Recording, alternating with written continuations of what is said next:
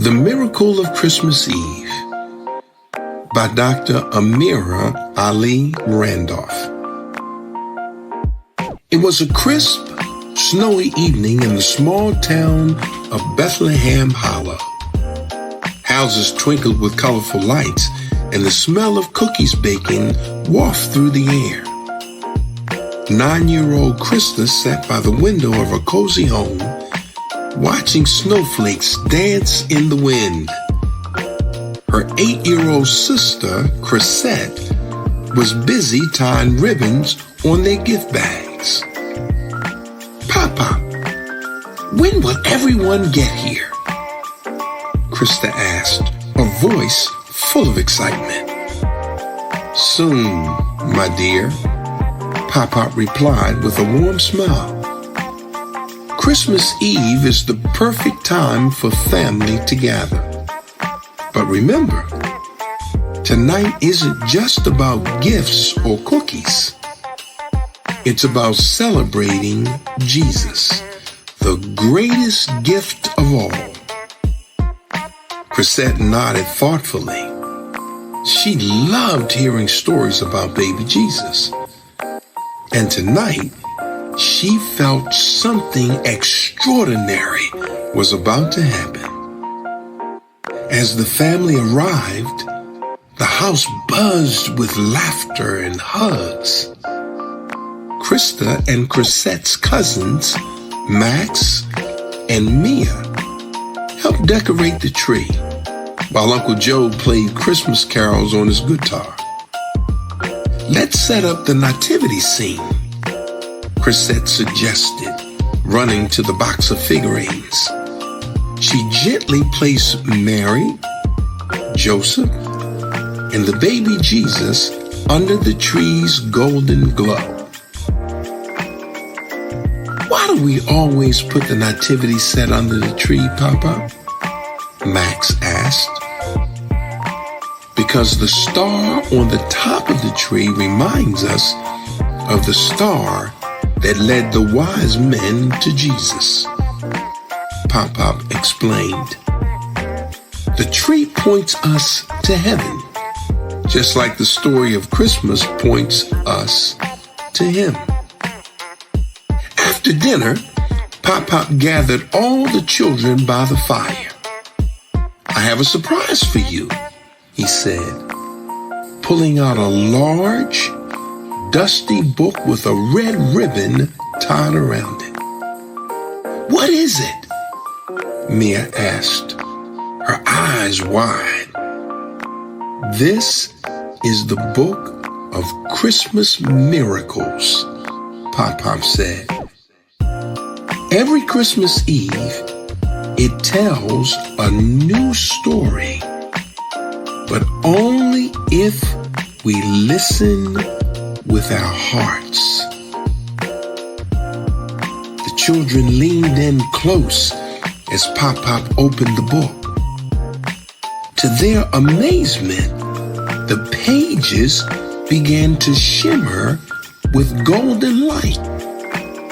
Suddenly, the room filled with a gentle wind, and the children found themselves standing in a field under a starry sky. A bright, glowing star shone above them. "Where are we?" Krista whispered. "You're in Bethlehem. Over 2,000 years ago," said a kid voice. The children turned to see the shepherd boy about their age. "I'm Ezra. Come with me. I have something wonderful to show you." Ezra led them through the quiet streets of Bethlehem. They passed the bustling inn where people were celebrating and a stable lit by lanterns. Inside, animals rested peacefully. "There," kind Ezra said, pointing to the stable. The children peeked inside and gasped. The young woman sat behind a manger where a tiny baby lay wrapped in soft cloth. "Is that?" Krista began. "Yes," Ezra said. "That's Jesus. He came to bring love, hope, and salvation to the world." The children stepped closer, their hearts filled with awe. Mary smiled at them. "Would you like to meet him?" she asked softly. Each child knelt by the manger.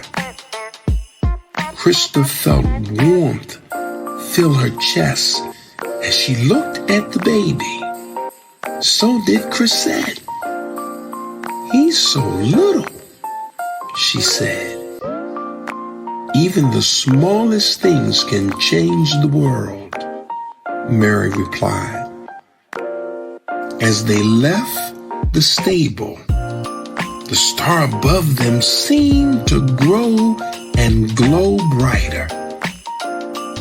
"We need to tell everyone about Jesus," Max exclaimed. "That's exactly what the angels told us," Ezra said. "Let's share the good news." The children joined Ezra and his family, singing songs of praise as they walked through the town. People came out of their homes to listen, their faces lighting up with joy. Back in Pop-Pop's living room, the children opened their eyes to find the shimmering book had closed. They looked at each other, speechless. "Was that real?" Mia asked. Pop-Pop smiled knowingly. "The miracles of Christmas are always real, my dears. It's not just about seeing. It's about believing." The children felt a new excitement as they prepared for Christmas morning. Krista wrote a card for Jesus, thanking him for his love. Krisette decided to give some of her favorite toys to kids who didn't have any. "I get it now," Krisette said as she hugged Pop-Pop. "Christmas is about giving. Just like Christmas gave us Jesus, Jesus gave himself for us." That night, as Krista and Krisette drifted off to sleep, they whispered a prayer together. "Thank you, Jesus, for being the greatest gift. Help us share your love with everyone we meet." Outside their window, the stove sparkled under the moonlight, and the star on top of the tree seemed to shine a little brighter. The miracle of Christmas wasn't just in the past. It is alive in our hearts now and forever. The end. The miracle of Christmas Eve.